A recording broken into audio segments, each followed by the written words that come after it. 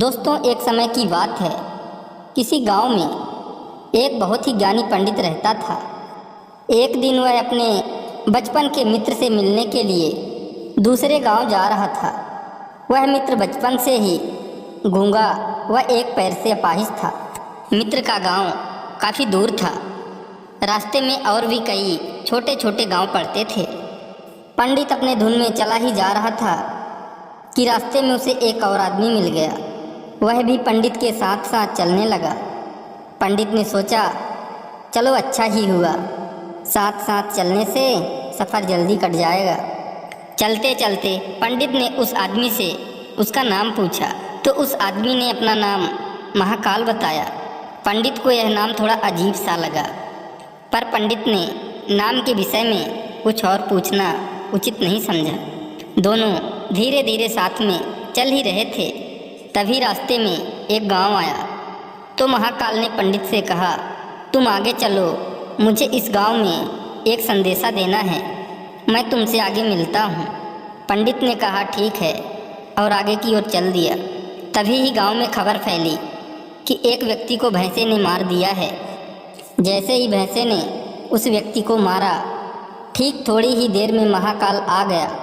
फिर चलते चलते दोनों एक दूसरे गांव के बाहर पहुंचते हैं, जहां पर एक छोटा सा मंदिर बना था। ठहरने की व्यवस्था भी अच्छी लग रही थी। पंडित के मित्र का भी गांव वहां से दूर था और रात्रि भी होने वाली थी। तो पंडित ने कहा, रात्रि होने वाली है, पूरा दिन चलते चलते थकान भी लग रही है और भूख भी लगी है, तो यहीं भोजन करके आराम कर लेते हैं, सुबह आराम से आगे का सफ़र करेंगे। महाकाल ने कहा ठीक है, मुझे इस गांव में किसी को कुछ ज़रूरी सामान देना है, तुम खाना खा लो और आराम करो, मैं बाद में आके खा लूँगा। इतना कहकर वह चला गया। लेकिन उसके जाते ही कुछ ही देर में उस गांव में धुआं उठता दिखाई दिया और देखते ही देखते पूरे गांव में आग लग गई। पंडित ने आश्चर्य से सोचा, यह महाकाल जहाँ भी जाता है वहाँ किसी न किसी तरह की हानि जरूर हो जाती है, कुछ तो गड़बड़ है। लेकिन पंडित ने रात्रि में महाकाल से इस बात का कोई जिक्र नहीं किया। सुबह दोनों ने फिर अपने गंतव्य की ओर चलना प्रारंभ कर दिया। कुछ ही दूर में फिर एक गांव आया तो महाकाल ने फिर पंडित से कहा, आप आगे चलते जाइए, मैं कुछ दूर में आपसे मिलता हूँ। मुझे इस गांव में भी कुछ ज़रूरी काम है, तो काम करके मैं आपसे कुछ आगे मिल लेता हूँ। यह कहकर महाकाल जाने लगा। लेकिन इस बार पंडित आगे नहीं बढ़ा, बल्कि वहीं खड़ा होकर महाकाल को देखता रहा कि अब वह कहाँ जाता है और क्या करता है। तभी लोगों की आवाज़ें सुनाई देने लगी कि किसी व्यक्ति को सांप ने काट लिया है और वह मर गया है। ठीक उसी समय महाकाल फिर से उस पंडित के पास पहुंच गया। लेकिन इस बार पंडित को सहन नहीं हुआ। उसने महाकाल से पूछ ही लिया कि तुम जिस गांव में जाते हो वहाँ कोई ना कोई नुकसान ज़रूर हो जाता है, क्या तुम मुझे बता सकते हो, ऐसा क्यों होता है? तो महाकाल ने जवाब दिया, पंडित जी, आप तो मुझे बहुत बड़े ज्ञानी मालूम पड़े थे, इसीलिए मैं आपके साथ चलने लगा था, क्योंकि ज्ञानियों का संग बहुत अच्छा होता है। परंतु आप अभी तक समझ नहीं पाए मैं कौन हूँ। पंडित ने कहा, मैं समझ गया हूँ, लेकिन मुझे कुछ शंका है। अगर आप ही अपना उपयुक्त परिचय दे दें तो मुझे आसानी होगी। तो महाकाल ने जवाब दिया, मैं यमदूत हूँ और यमराज की आज्ञा से उन लोगों के प्राण हरण करता हूँ जिनकी आयु पूर्ण हो चुकी है। हालांकि पंडित को पहले से ही इस बात की शंका थी, फिर भी महाकाल के मुंह से यह सुनकर पंडित घबरा गया। लेकिन फिर से हिम्मत करके पूछा, अगर ऐसी बात है और तुम सचमुच ही यमदूत हो तो बताओ अगली मृत्यु किसकी है? यमदूत ने जवाब दिया, अगली मृत्यु तुम्हारे उसी मित्र की है जिससे तुम मिलने जा रहे हो, और उसकी मृत्यु का कारण भी तुम ही बनोगे। यह बात सुनकर पंडित सहम सा गया और सोच में पड़ गया कि वास्तव में यदि यह महाकाल यमदूत हुआ तो उसकी बात भी सही होगी और उसके कारण मेरे बचपन के सबसे घनिष्ठ मित्र की मृत्यु हो जाएगी। इसलिए अच्छा यही होगा कि मैं अपने मित्र से मिलने ही न जाऊं। कम से कम मैं तो उसके मृत्यु का कारण नहीं बनूंगा। महाकाल ने कहा, तुम जो सोच रहे हो वह सब मुझे पता है, मगर तुम्हारे अपने मित्र से मिलने न जाने से नियति नहीं बदल जाएगी। तुम्हारे मित्र की मृत्यु निश्चित है और वह अगले कुछ ही क्षणों में घटित होने वाली है। महाकाल के मुंह से ऐसी बातें सुनकर पंडित को झटका सा लगा, क्योंकि महाकाल ने उसके मन की बात जान ली थी, जो एक साधारण व्यक्ति के लिए संभव नहीं है। अब पंडित को विश्वास हो गया कि यह महाकाल सचमुच में ही यमदूत है। इसलिए वह मित्र के मृत्यु का कारण न बने, इस कारण वह पीछे की ओर मुड़ा और अपने गांव की ओर जाने लगा। परंतु जैसे ही पंडित मुड़ा, उसका मित्र तेजी से उसकी ओर आता दिखाई दिया, जो पंडित को देखकर अत्यंत प्रसन्न दिख रहा था। अपने मित्र के आने की गति को देखकर पंडित को ऐसा लगा जैसे कि उसका मित्र काफ़ी समय से उसके पीछे ही आ रहा है, लेकिन वह बचपन से ही गूंगा था और पैर से अपाहिज था। इसलिए ना तो पंडित तक पहुंच पा रहा था और ना ही पंडित को आवाज़ देकर रोक पा रहा था। लेकिन जैसे ही वह पंडित के पास पहुंचा, अचानक उसकी मृत्यु हो गई। पंडित हक्का बक्का होकर महाकाल की ओर देखने लगा, जैसे कि वह पूछना चाह रहा हो कि आखिर क्या हुआ। महाकाल ने पंडित के मन की बात समझ गया और बोला, तुम्हारा मित्र पिछले गांव से ही पीछे पीछे आ रहा था, लेकिन वह अपाहिज और गूंगा होने की वजह से तुम तक नहीं पहुंच सका। उसने अपनी संपूर्ण ताकत लगाकर तुम तक पहुंचने की कोशिश की, लेकिन बुढ़ापे में बचपन जैसी ताकत नहीं होती। इसलिए हृदयाघात के कारण तुम्हारे मित्र की मृत्यु हो गई, क्योंकि तुमसे मिलने के लिए वह अपनी सीमाओं को लांघते हुए तुमसे मिलने के लिए पीछे पीछे भाग रहा था। इसलिए अपने मित्र के मृत्यु का कारण तुम ही बने। अब पंडित को विश्वास हो चुका था कि सचमुच में महाकाल एक यमदूत है और उसका कार्य जीवों के प्राण हरना है।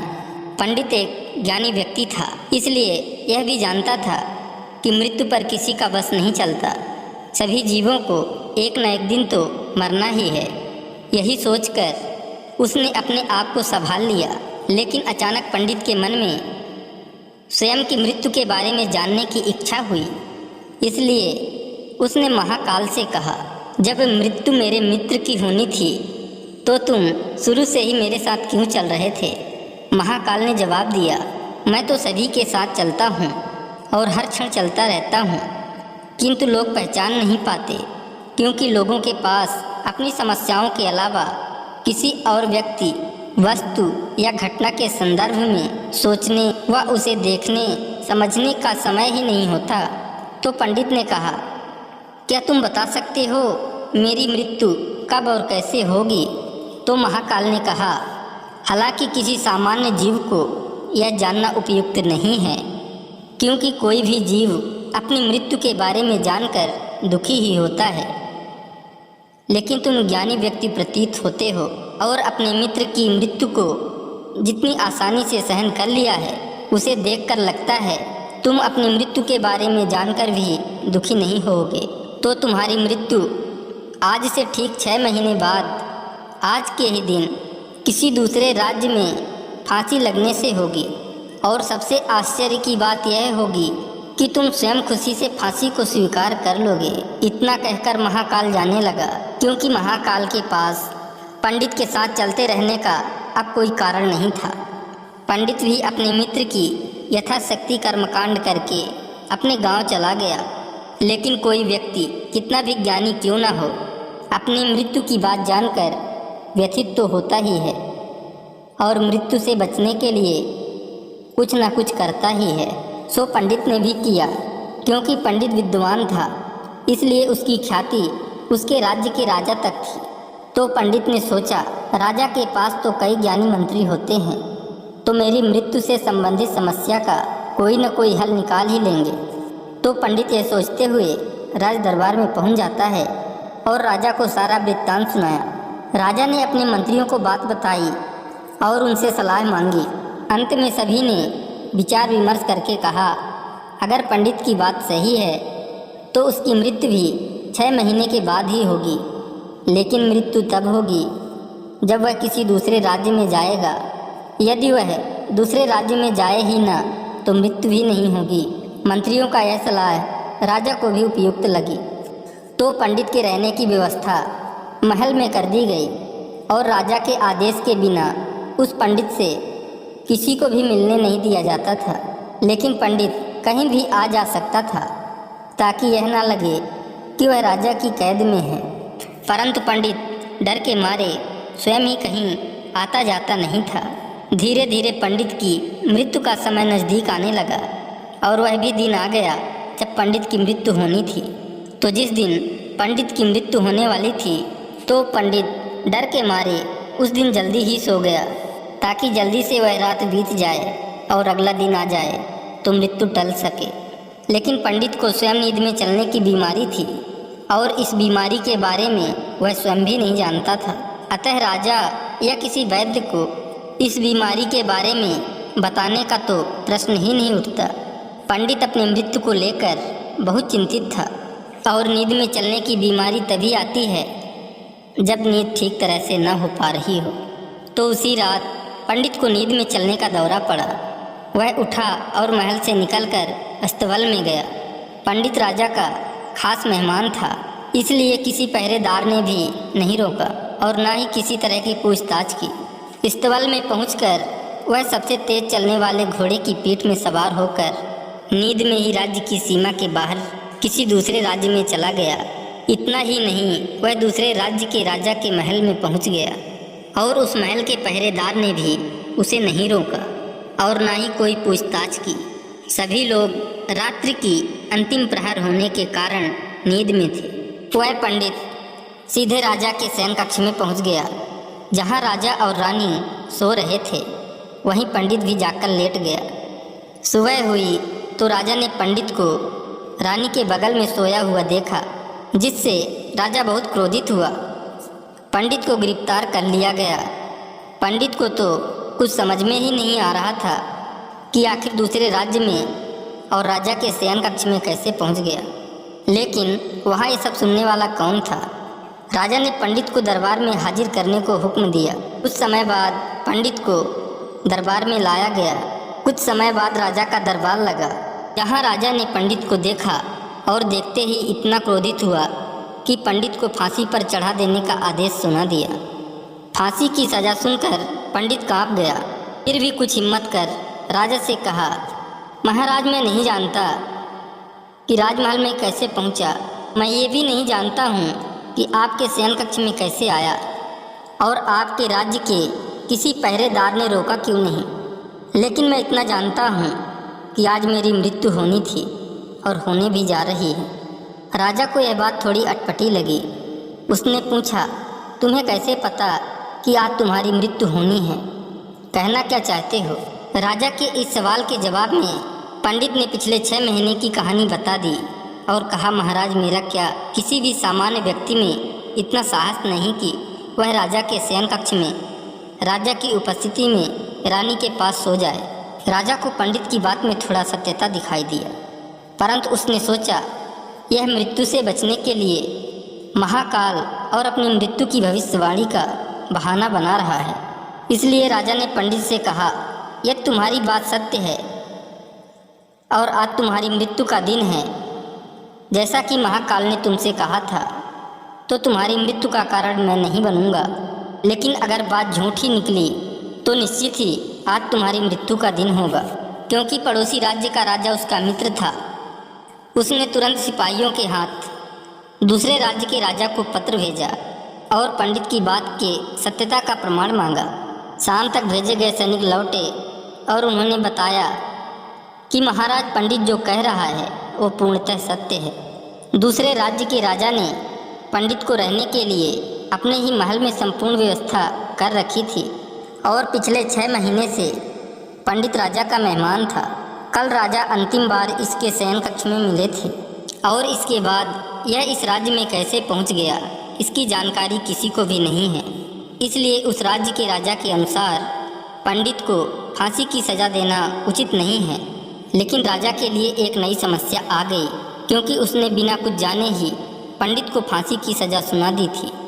इसलिए अगर पंडित को फांसी ना दी जाए तो राजा के कथन का अपमान हो जाए, और अगर राजा के द्वारा दी गई सज़ा का मान रखा जाए तो पंडित की बिना वजह ही मृत्यु हो जाए।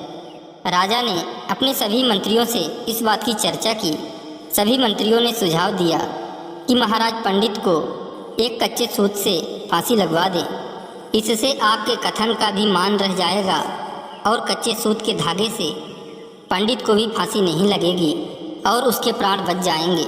राजा को यह सुझाव अच्छा लगा। उसने ऐसा ही आदेश सुना दिया। पंडित के लिए कच्चे धागे के सूत का फांसी का फंदा बनाया गया और नियम के अनुसार पंडित को फांसी पर चढ़ाया जाने लगा। सभी लोग खुश थे कि न तो पंडित मरेगा और न ही राजा का वचन झूठा पड़ेगा।